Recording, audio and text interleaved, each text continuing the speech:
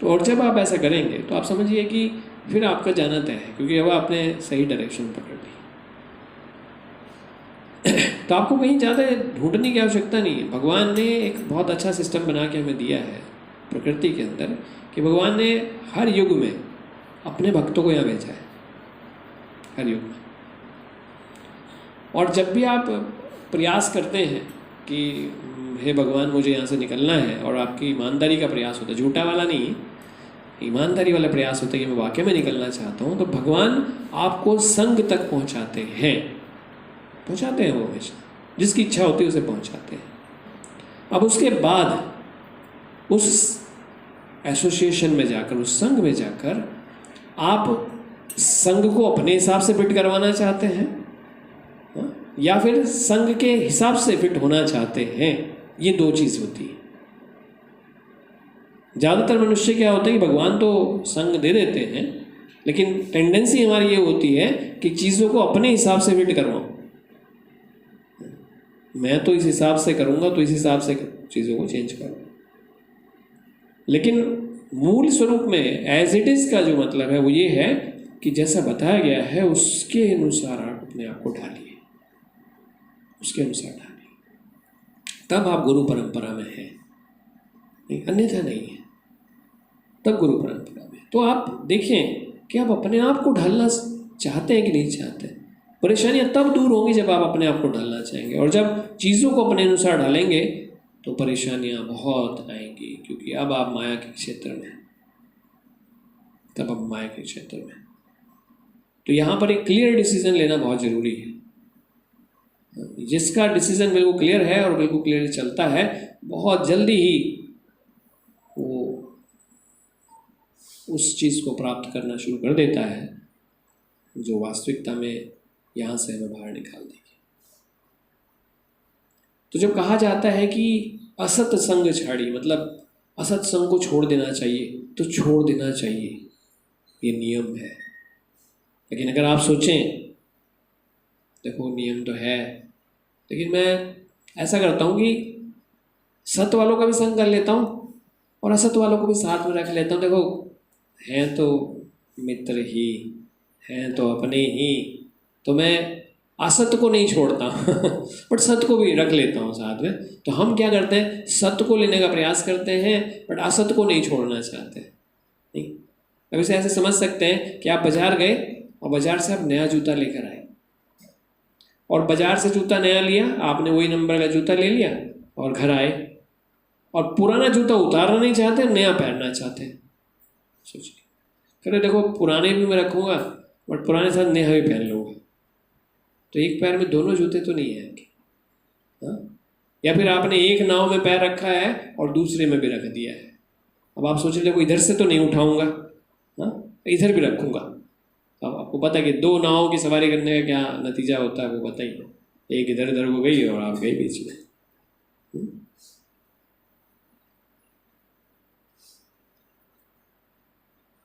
ऐसी एक I think Kabir Das की ऐसी कोई वो भी है,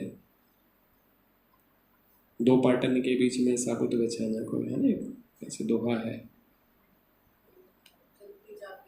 हाँ, रहा कबीरा रोए, दो पाटन के बीच में साबुत बचाना कोई।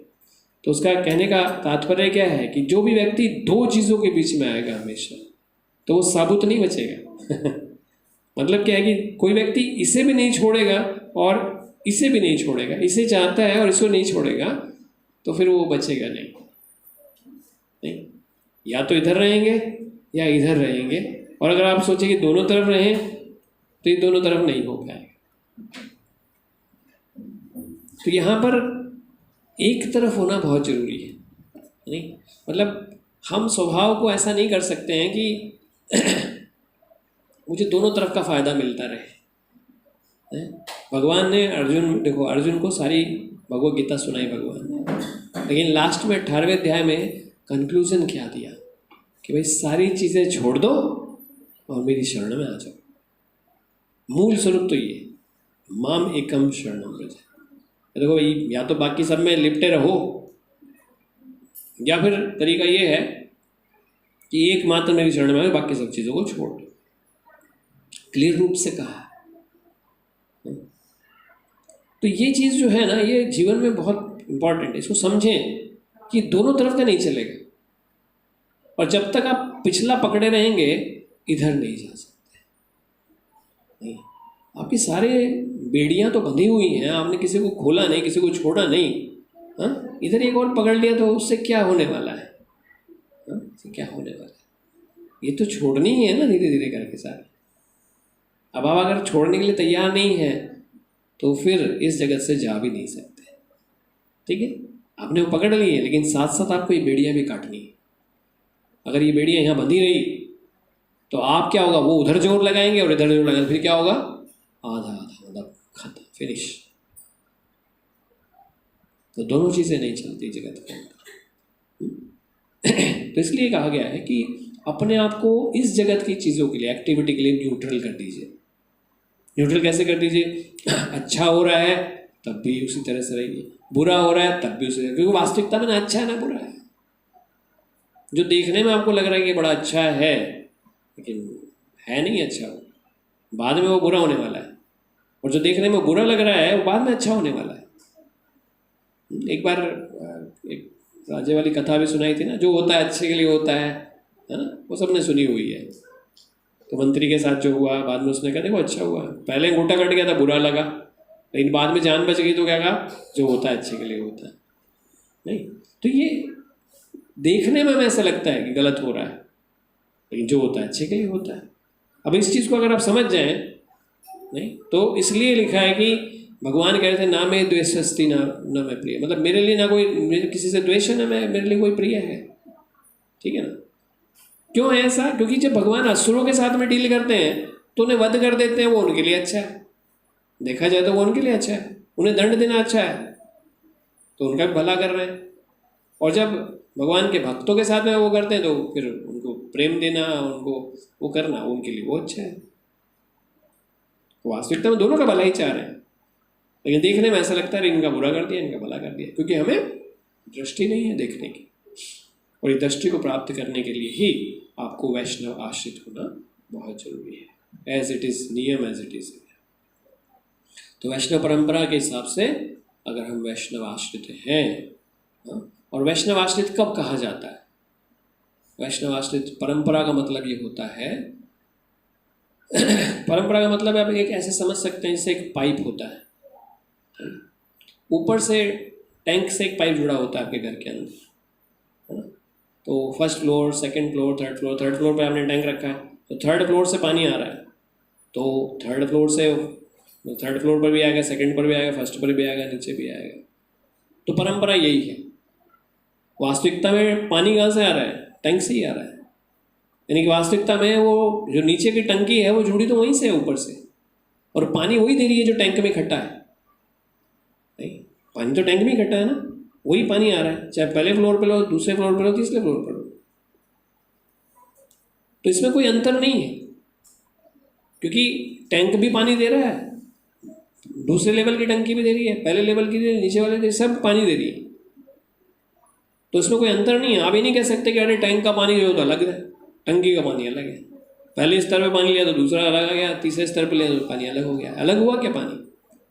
वही सेम पानी है। तो आप उस टंकी के पानी को भी वही सम्मान देंगे जो टैंक के पानी को देंगे, क्योंकि दोनों एक ही चीज़ है। तो जब हम कहते हैं गुरु परंपरा, क्या चीज़ होती है? गुरु परंपरा यही होती है। गुरु परंपरा मतलब होता है कि वही सम्मान जो हम भगवान को देते हैं वही उनके भक्तों को देते हैं। तब हम इसे गुरु परंपरा में कैसे, तब आप गुरु परंपरा समझते हैं, तब हम गुरु परंपरा समझते हैं। नहीं तो क्या है, आप भक्तों से सौतेला व्यवहार, मतलब गलत व्यवहार करते हैं, और भगवान के सामने लगा, देखो भगवान जो ले लो जाए, आपके लिए तो ठीक है, लड्डू और सारे भोग लगाता हूँ आपको, लो ना, कोई दिक्कत नहीं, क्योंकि आप तो देने वाले हो ना। हाँ, आपसे तो मांगने के लिए आए हो, आप देने वाले हो, बाकी तो नहीं देंगे। और ये हम जानते हैं कि भगवान सिर्फ भगवान के भक्त ही दे सकते हैं भगवान।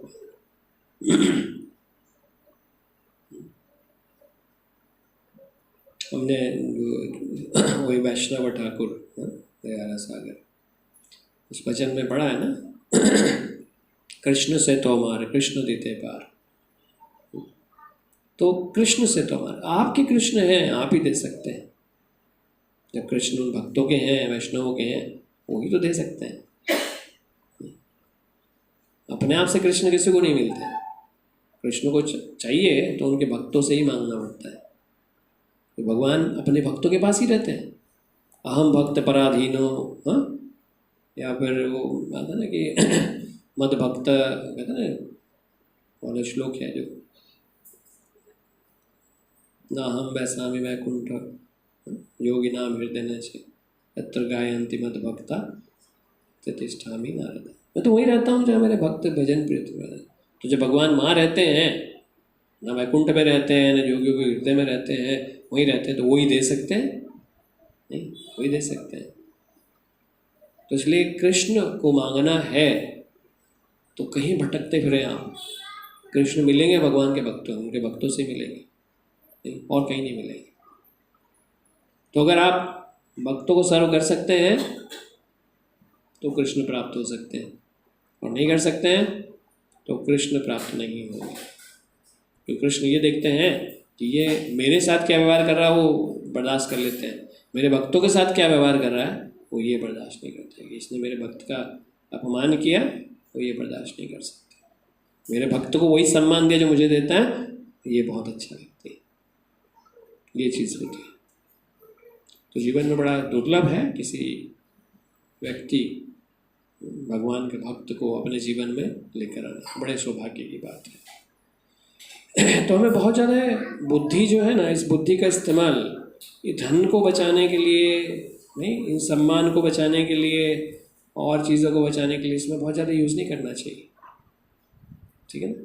कई बार हमें देखा जाता है, कई बार हमारे जीवन में हम देखते हैं कि छोटी छोटी चीज़ों में हम इतना वो करते हैं, अगर यहाँ से बचा लेता हूँ, यहाँ से भगवान की सेवा में भी हम बचाने का प्रयास करते हैं कि 100 रुपये भी बच जाएँ तो किसी तरह से एडजस्ट कर लेता हूँ, हाँ, कि 100 बच रहे हैं तो 100 तो बच जाए, कम से कम भगवान से ज़्यादा ना चले जाए तो हम एडजस्ट कर लेते हैं, नहीं कंबाइंड कर देते हैं कई बार, कम से कम 100 रुपये तो बचेंगे, ऐसा कर लेते हैं हम लोग, इतना विचार करते हैं, हाँ। जबकि हमें भगवान का विचार करना चाहिए, नहीं, देने वाले तो वही हैं, और वो देख भी रहे हैं कि व्यक्ति जो है इसका हृदय कैसा है, कैसा हृदय है, ये वो बचाने की कोशिश कर रहा है जो मेरी सेवा का मतलब मेरा है। अंततः तो माया के हाथ में सब कुछ है, वो जब चाहे जैसा चाहे सब निकाल सकती है, हमें कंगाल बनाकर छोड़ सकती है, माया इतनी प्रबल है। आप सब कुछ देकर भी इस जगत में अपने आप को नहीं बचा सकते, कई बार कंगाल हो जाता व्यक्ति इसी चीज़ के लिए, हिसाब ले लो। तो इसलिए हमें इस बात का विचार करना चाहिए कि भक्ति जो है हमारे जीवन में वो क्या है, हाँ, और उसकी क्या वैल्यू है, और क्या देकर हम उसको बचा सकते हैं। अगर जीवन में सब कुछ देकर भी भक्ति को बचाया जा सके ना, बहुत सस्ती है भक्ति, बहुत सस्ती है, क्योंकि आप इतने लाखों करोड़ों जन्मों से यहाँ पड़े हैं, और अगर एक जीवन देकर, हाँ, एक जीवन देकर, वैसे भी उसमें कुछ करना नहीं है, भगवान ने कहीं नहीं कहा कि आत्महत्या कर लो मेरा नाम लेके, नहीं, ऐसा नहीं कहा एक जीवन देने का मतलब ये है कि आपने भगवान का भजन कीर्तन करना है, प्रसाद खाना है, नाचना गाना है, मतलब ये क्या देना हुआ नहीं, क्या देना हुआ, कौन सा कष्ट हो गया इसके अंदर। हाँ, थोड़ा सा देखो धन लगता है वो तो अलग बात है, लक्ष्मी जी लगती हैं वो अलग बात है, लेकिन वो तो लगेंगी ही लगेंगी, हाँ, अंततः लगनी ही लगनी। लक्ष्मी जी तो खर्च होनी ही है, इस जगत में करेंगे, अपने लिए करेंगे, हाँ, या भगवान के लिए, वो तो खर्च होनी है। लेकिन वास्तविकता में भगवान देख रहे हैं कि ये व्यक्ति कहाँ जाना चाहता है, क्या करना चाहता है। वैष्णवों से कोई चीज़ छिपती नहीं है, भले ही हम कितना प्रयास करें छिपाने की बस ये अलग बात है कि वो कहते नहीं हैं, क्योंकि वो नहीं चाहते कि आप जो थोड़ा बहुत आगे बढ़ रहे हैं कि पीछे भाग जाए, वो नहीं चाहते लेकिन फिर भी कोई भी चीज़ ऐसी नहीं है जो आप सोचते हैं और उन्हें नहीं पता है। भगवान बुद्धि देते हैं, बहुत बुद्धि होती है वैष्णव के अंदर, बस वो देखते हैं, कई बार सोचते हैं कि अगर हम कठोर हो गए तो क्या होगा। नहीं, वैष्णव अगर कठोर हो गए तो इस जगत बिल्कुल जगत बेकार हो जाएगा, तो उद्धार कैसे होगा। वो बस इतना देखकर दया, क्योंकि दयाल सागर नहीं वैष्णव जगत, वही दया के सागर है, तो छोड़ो, कोई बात नहीं है, आज नहीं तो कल, कल नहीं तो परसों, कभी तो समझ आएगी, इस जन्म में नहीं तो अगले जन्म में समझ आएगी, कभी तो आसक्ति कम होगी इस जगत से, हाँ, तो तभी सही।